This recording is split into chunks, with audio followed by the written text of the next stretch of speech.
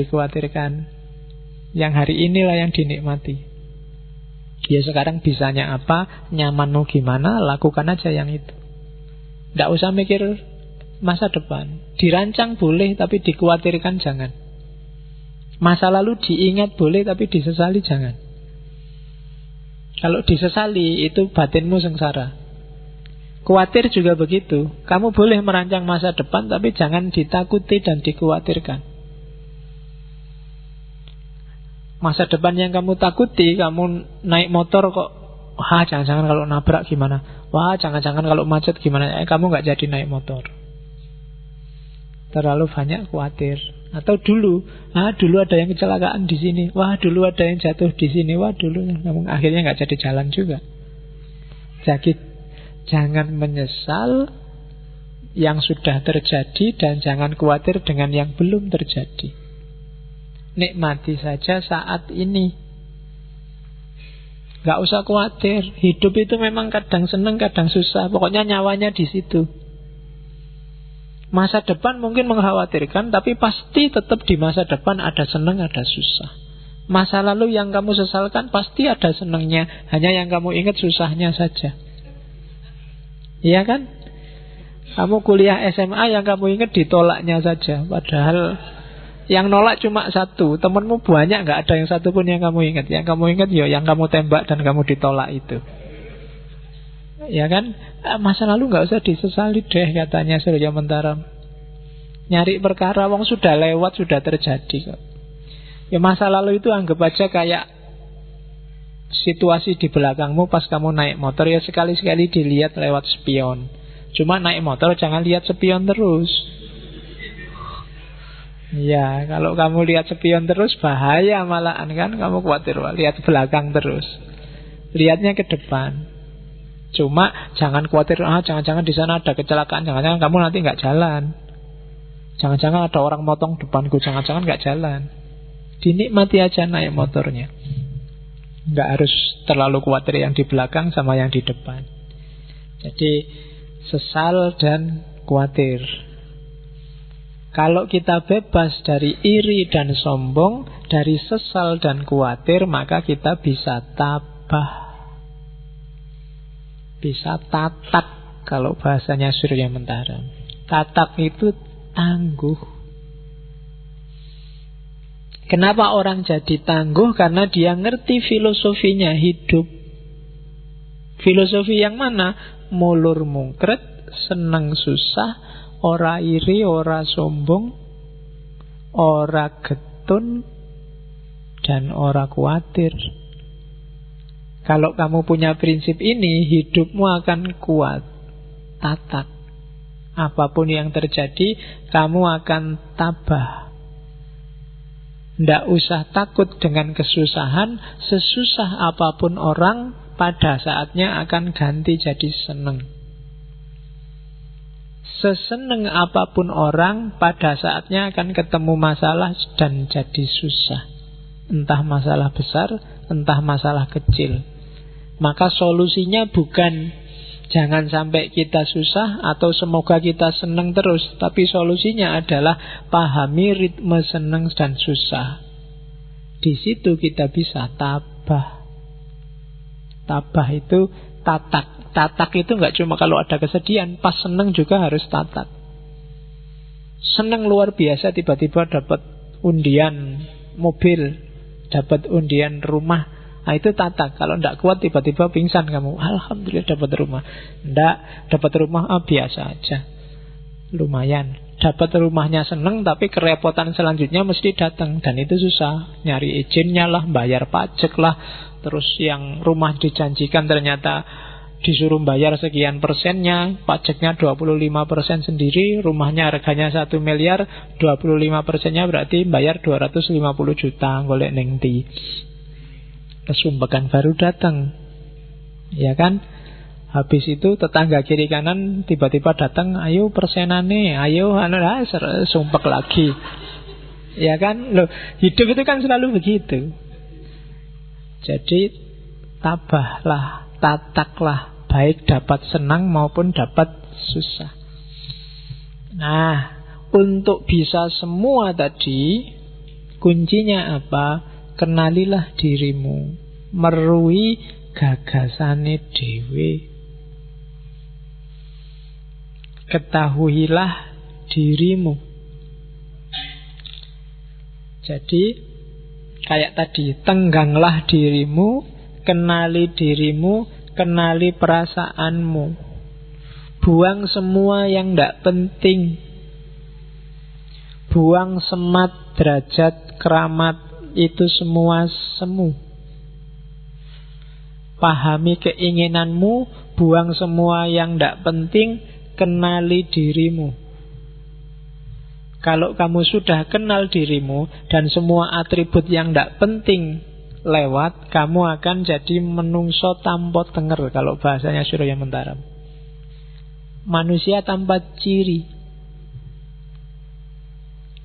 Jadi kamu bebas dari semua ikatan yang membelenggumu selama ini, baik ikatan seneng susah maupun ikatan semat, derajat, dan keramat.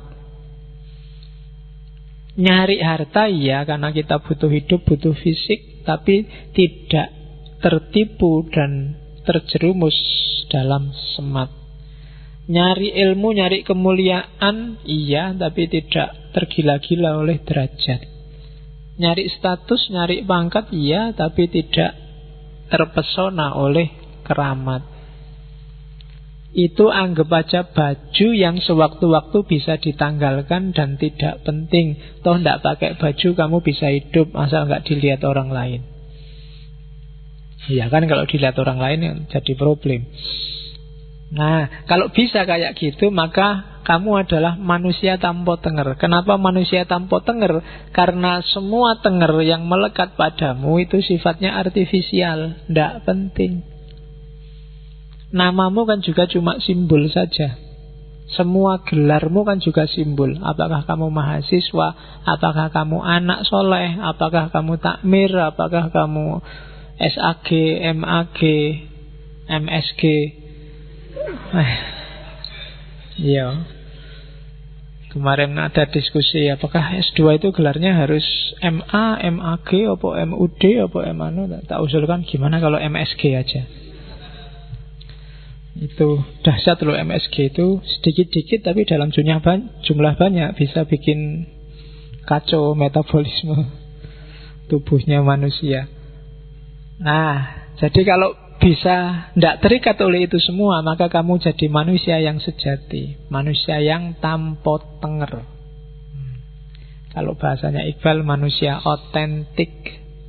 Itulah dirimu yang sejati, yang tidak tertipu oleh macam-macam, tidak terlalu banyak topeng. Semakin banyak topeng, semakin kamu berat.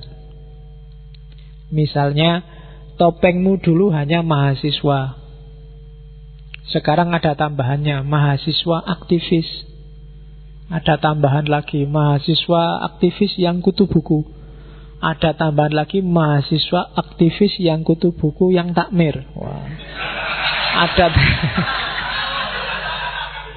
Loh iya kan, saya banyak topengnya, semakin berat tugasmu, semakin susah hidupmu. Maka ambil jarak dari semua topeng itu, kenali dirimu secara otentik. Jadilah manusia tanpa tenger. Apa enggak boleh Pak jadi mahasiswa aktivis, jadi mahasiswa takmir? Boleh.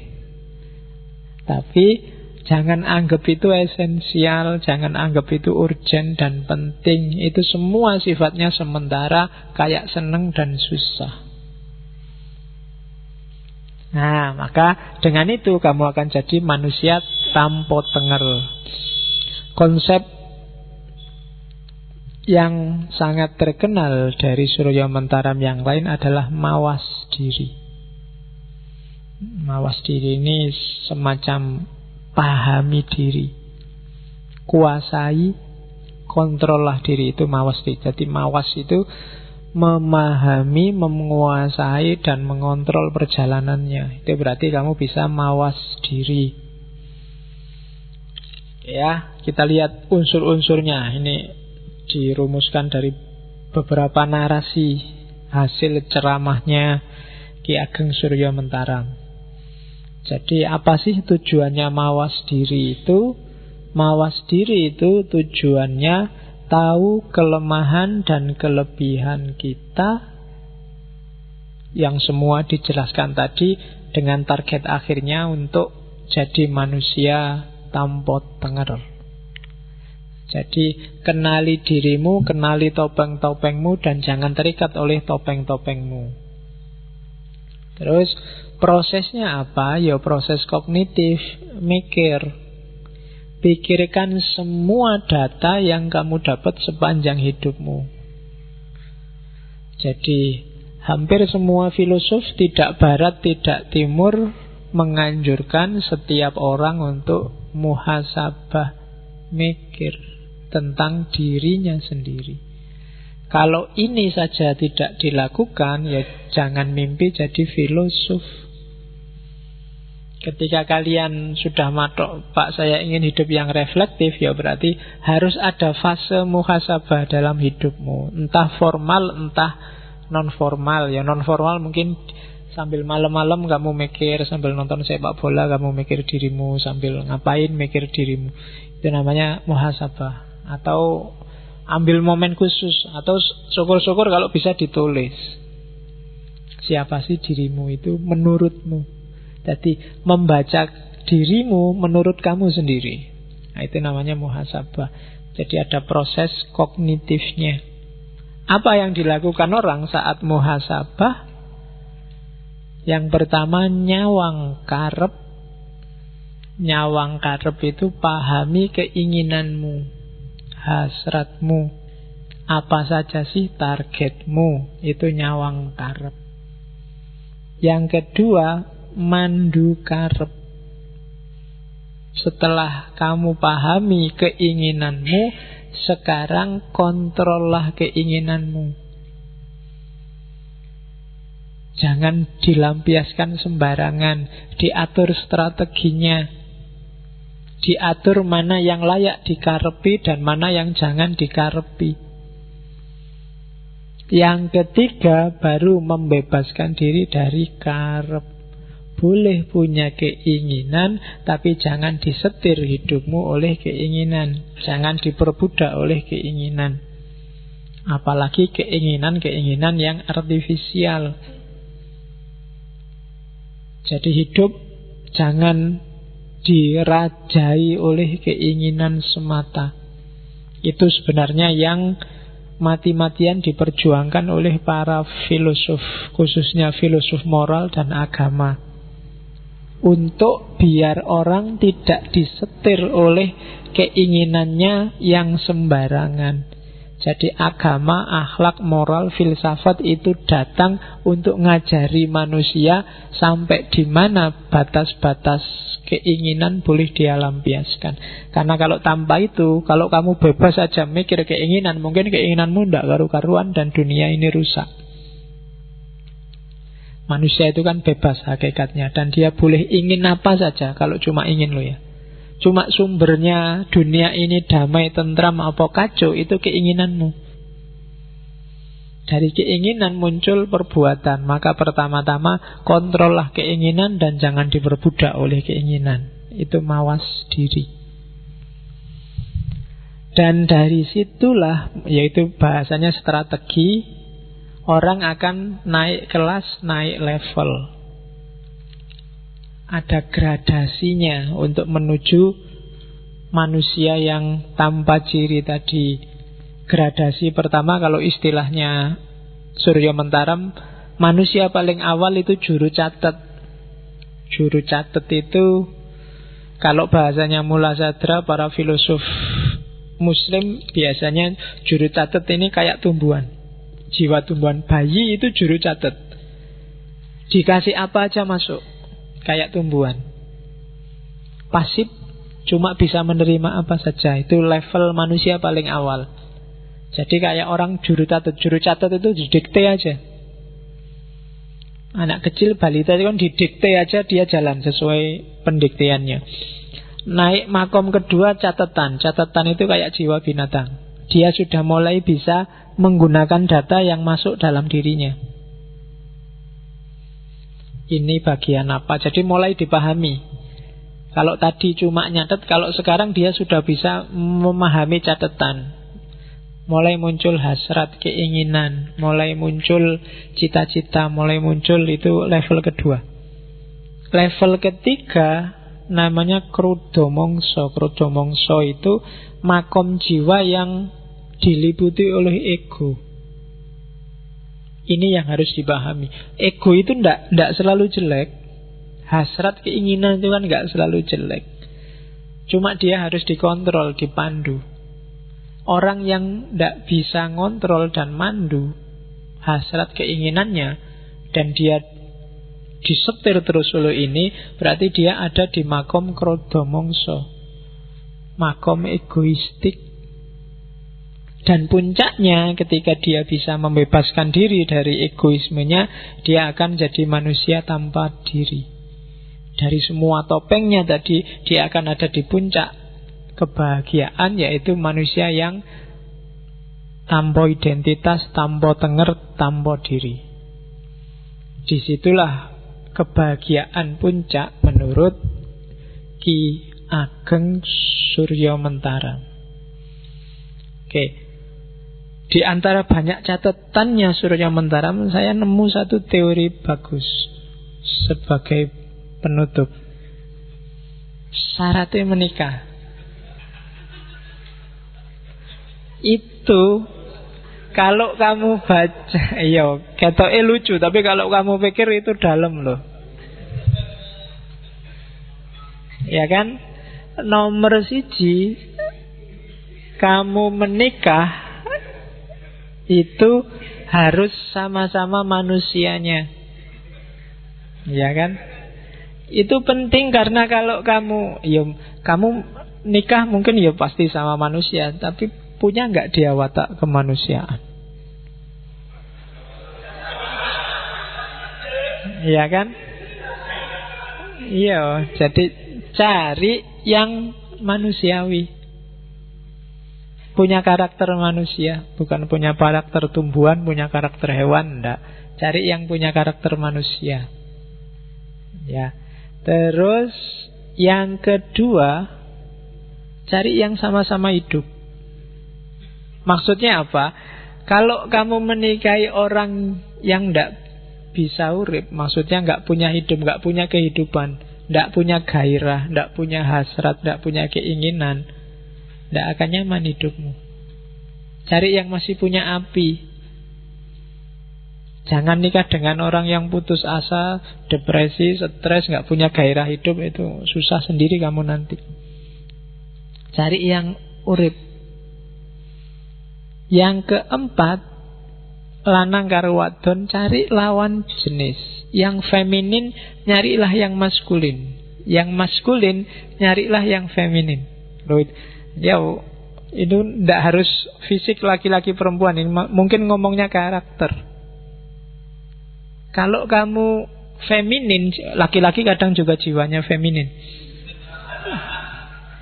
Kalau kamu feminin, lembut, dapat istri yang juga feminin, lembut, rumah tanggamu anyep. Apa anyep itu? Ya kan, kalau bahasa Cinanya yin dapat yin, itu kacau. Kamu akan tiap hari diem aja deh. Nggak ada ngobrolnya, pokoknya ayo gitu dok. Loh, ya kan? Atau yang dapat yang itu rame sudah. Bales-balesan pantun terus tiap hari rame. Nggak enak. Lanang harus dapat wadon. Yang keempat, podo dewasa nih, sama-sama dewasa. Ini nggak perlu tak jelasin kan. Masa kamu nikah sama yang masih anak-anak, masih tidak bisa mikir, ada anak-anak, atau bisa juga masih kekanak-kanaan. Itu juga susah. Kamu harus ngomong meskipun umurnya banyak mungkin. Ya kan, itu juga problem sendiri. Dan yang terakhir pasti sama-sama mau. Mau itu berarti apa? Sama-sama siap secara mental. Kalau enggak juga susah, berat kehidupan perkawinanmu. Oh itu kalau dibaca sekilas kelihatannya simpel. Podo wonge, podo uripe, lanang entuk wedok, wedok entuk lanang, podo dewasane, podo geleme. Tapi sebenarnya filosofinya agak dalam. Itu syaratnya nikah. Selain itu, apakah perlu KUA, apakah harus siri, apakah itu? Jawabannya Surya Mentaram, sak butuhe, sak perlune. Ya kan? Sak cukupe. Kalau cukup teman sak kelas ya cukup, tidak apa-apa. Kalau cukup dengan seperangkat alat sholat ya tidak apa-apa. Kalau cukupnya seperangkat alat sekolah juga tidak apa-apa. Loh ya kan? Selain itu bisa dinego. Cuma yang 5 di atas itu carilah dengan standarmu sendiri, jangan dinego. Kamu nyari yang bukan manusia juga susah, yang satu nggak hidup juga susah, yang sesama jenis itu masalah. Ya kan? Baik lahir maupun batin. Yang masih kanak-kanak juga masalah, yang tidak mau juga masalah. Nah, jadi yang penting gelem, dewasa, lawan jenis, urip, podo menungsane. Nah itu syaratnya orang nikah. Selain itu standarnya subjektif. Sak butuhe, sak perlune, sak cukupi. Oke, alhamdulillah kita selesai dengan Ki Ageng Surya Mentaram, kebahagiaan. Silahkan diambil yang relevan untuk hidupmu masing-masing. Tidak harus dihafalkan, tidak ada ujiannya. Jadi pakai aja yang menurutmu manfaat untuk hidupmu.